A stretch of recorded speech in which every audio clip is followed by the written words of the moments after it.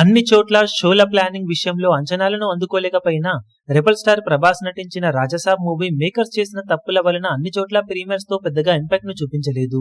నైజాంలో షోలు అనుకున్న రేంజ్ లో పడి ఉంటే లెక్క సాలిడ్ గా ఉండేది, కానీ మేకర్స్ చేసిన పూర్ ప్లానింగ్ వలన ఇబ్బందులను ఫేస్ చేయాల్సి వచ్చింది సినిమాకు. మిక్స్డ్ టాక్ ఉన్నా కానీ ప్రీమియర్స్ తోనే ఇండియాలో 10 కోట్ల మార్కును దాటేసిన సినిమా నైజాంలో షోలు పడి ఉంటే 16-17 కోట్లకు పైగానే గ్రాస్ మాసులను అందుకొని ఉండేది. ఇక మొదటి రోజు ఉన్నంతలో మంచి జోరును చూపించిన సినిమా ప్రీమియర్స్ తో కలుపుకొని డే 1 తెలుగు రాష్ట్రాలలో 45 నుండి 47 కోట్ల రేంజ్ లో గ్రాస్ ఓపెనింగ్స్ ని టార్గెట్ చేస్తూ ఉండగా, ఫైనల్ ఆఫ్లైన్ టికెట్ సేల్స్ లెక్కలు కనుక అంచనాలను మించిపోతే 48 నుండి 50 కోట్ల రేంజ్ దాకా గ్రాస్ వసూలను సాధించవచ్చు.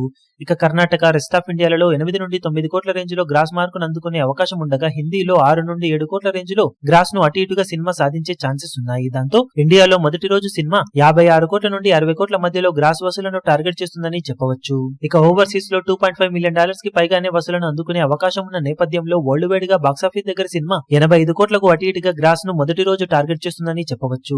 ఇక అన్ని చోట్ల అంచనాలను తగ్గట్లు ఆఫ్లైన్ టికెట్ సేల్స్ లెక్కలు ఉండి, హిందీలో ఆఫ్లైన్ టికెట్ సేల్స్ లెక్కలు, కౌంటర్ లెక్కలు అంచనాలను మించిపోతే 86 నుండి 90 కోట్ల ఛాన్స్ కూడా ఉండగా, ప్రీమియర్స్ ను మేకర్స్ అనుకున్న విధంగా ప్లాన్ చేసి ఉంటే మొదటి రోజు వరల్డ్ వైడ్ గా 100 కోట్ల మార్కును టార్గెట్ చేసి ఉండేది సినిమా.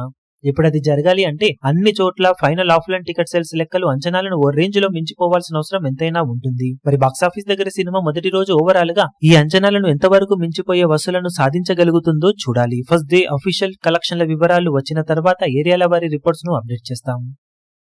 ఈ వీడియో మీకు నచ్చినట్లయితే లైక్ చేయండి, షేర్ చేయండి, ఛానల్ ను సబ్స్క్రైబ్ చేయడం మాత్రం మరవకండి. ఏ చిన్న అప్డేట్ ను మిస్ అవ్వకూడదు అనుకుంటే బెల్ ఐకాన్ ను ప్రెస్ చేయండి.